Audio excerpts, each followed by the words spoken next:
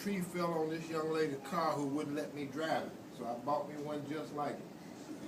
And Sam and I changed the color and painted the same color so I could get back at her. But anyway,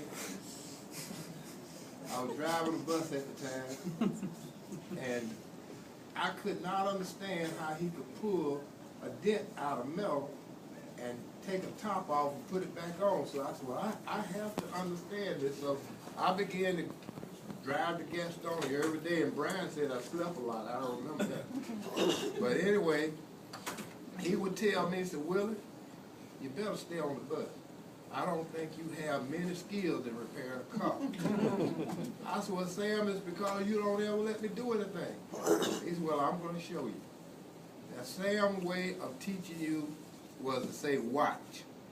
And he never did the same thing twice that you could understand what he was doing. And his idea of a frame machine was to hook the dump truck up to a chain and hook it up to a car and pull all the BAM!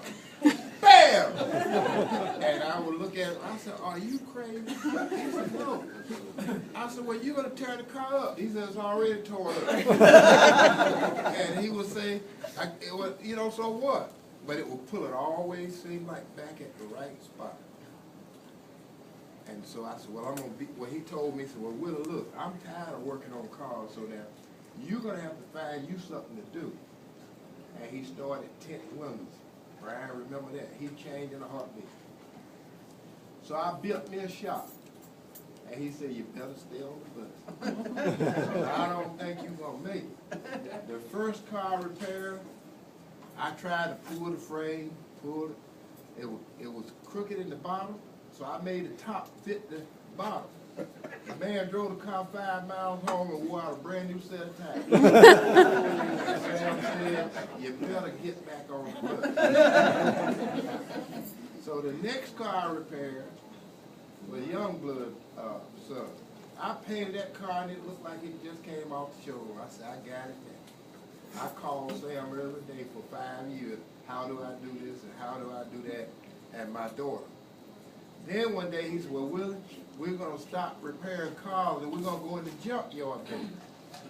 So we went over to Kings Mountain. I bought my daughter 45 so she could ride back and forth over there every day to be safe.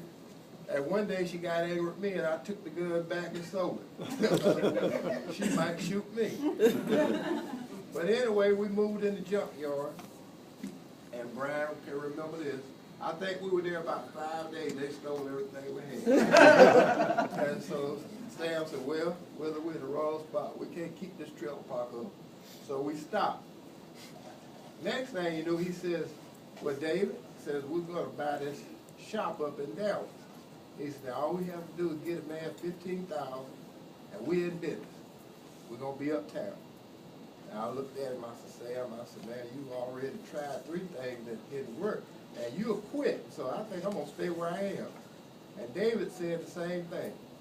Next thing you know, Eckert came through with the spot and gave him about $400,000 and we lost out.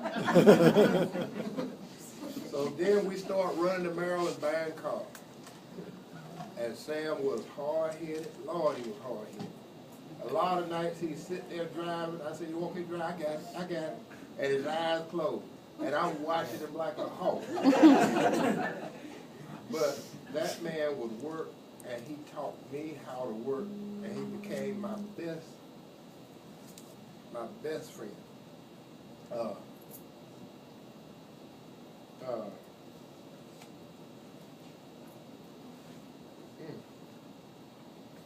He gave me an extended family.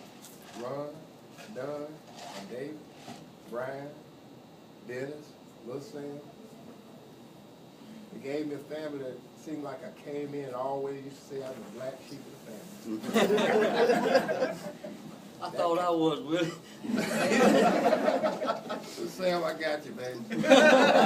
I got you by texture. I will have to let you have it all.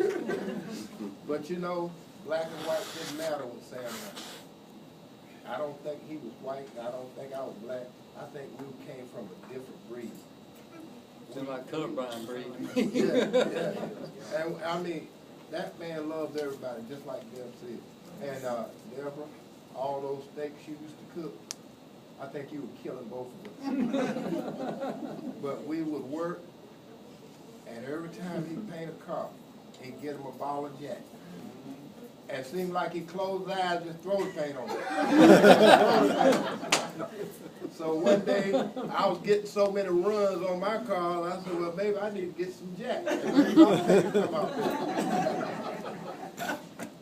But I want to thank Miss Mabel for having it. And I want to thank this family for accepting me and giving me an extended family. And I love all of you. And Brian, I love you, Sam, and especially Dennis. That's my heart. He worked with me for about 3 years. And Sam, all of them. You can't be in this family and not know how to work and not know how to do different things.